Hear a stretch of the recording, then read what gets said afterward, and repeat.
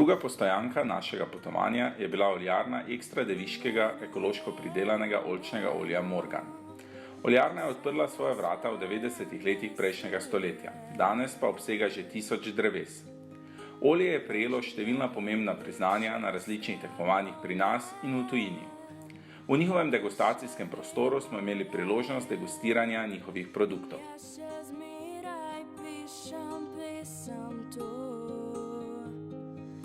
Kdaj nazadnje bilo mi je tako lepo.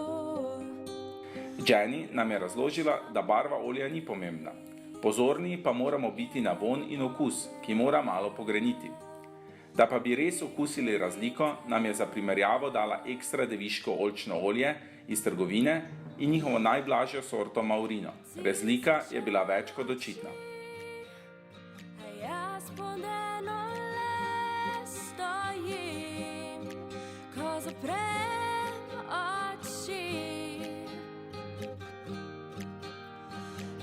Njihova ponudba obsega različne sorte. Največ je sicer istrske belice, ki je ena izmed intenzivnejših sort, ponujajo pa tudi blažje. Bolj intenzivno in grenko je olje, bolj zdravo je za naše telo. Okus in grenčina sta odvisna od sorte oljke. Med blažjimi sta recimo lečino in maurino, ponujajo pa tudi močnejša, kot so blend, kove in istrska belica. Tako kvalitetna olja se uporabljajo bolj kot začimbe za zaključevanje jedi. Odlična so tudi olja z okusi. Limono, pomarančo in vrtnico lahko uporabimo v sladicah namesto dodajanja lupinice ali ekstrakta. Imajo pa tudi okuse, kot so česen, ki se na primer super ujame z ribjimi jedmi ali testeninami. Potem tartufovo olje je močnega okusa in je lahko super zaključek gobove rižote, jedi z jajci ali testeninami. Za ljubitelje pekočega pa je primerno čilijevo olje. Pridelujejo pa tudi oljke avtohtone istrske sorte Šrota. Ogledali smo si njihov oljčnik. Sončna lega oljčnika zagotavlja oljkam vse, kar potrebujejo.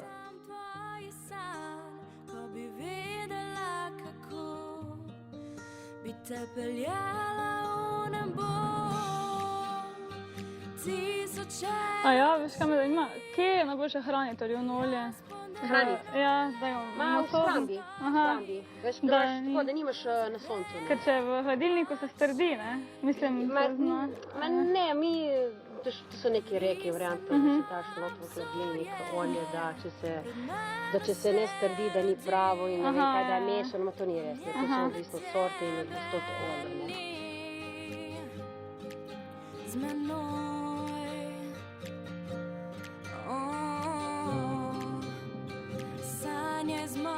Različne sorte, recimo te, ki rastejo tako nadol, to je Maurino, to je prva sorta. Tiste, ki rastejo gor in je ful odprta na sredini, je velika.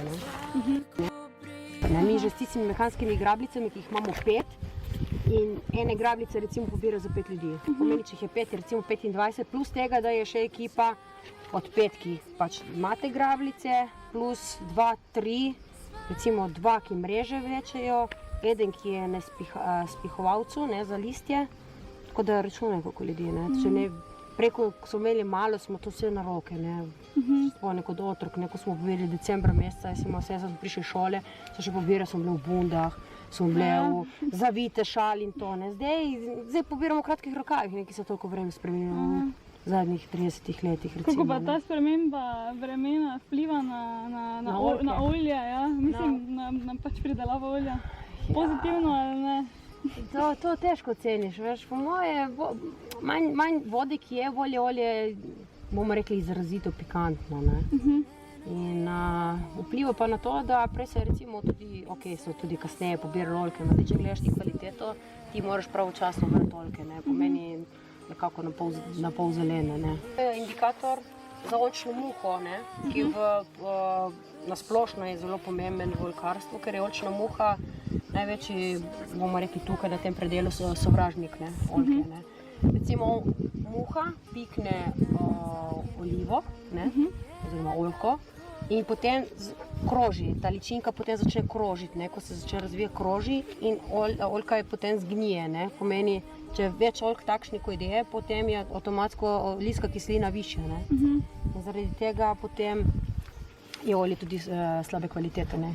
In pri ekološki pridelavi je v bistvu to ful bistveno zaradi tega, ker ni kurative, ne?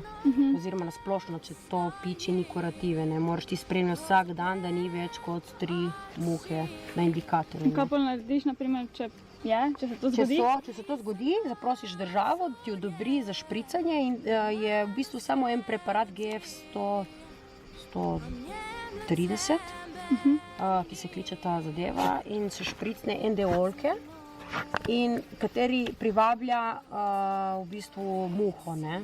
To je hormon muhe, ne? In v bistvu samci se pol lepijo gor bomo rekli, se hranijo s tem špricom, ne?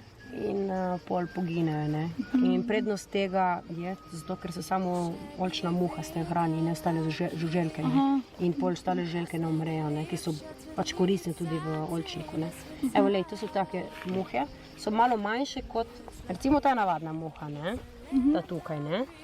Te so pa manjše, ne? So kot neke med mušico in muho zgleda, to so te oljčne muhe, ne? Oblake pohitile bi, le da tvoja žareča zvezda utrgam ti. Če bi znala bi ti napisala pesem tvojih sanj, ko bi vedela, kako bi te peljala v nebo. Tisoče luči, a jaz po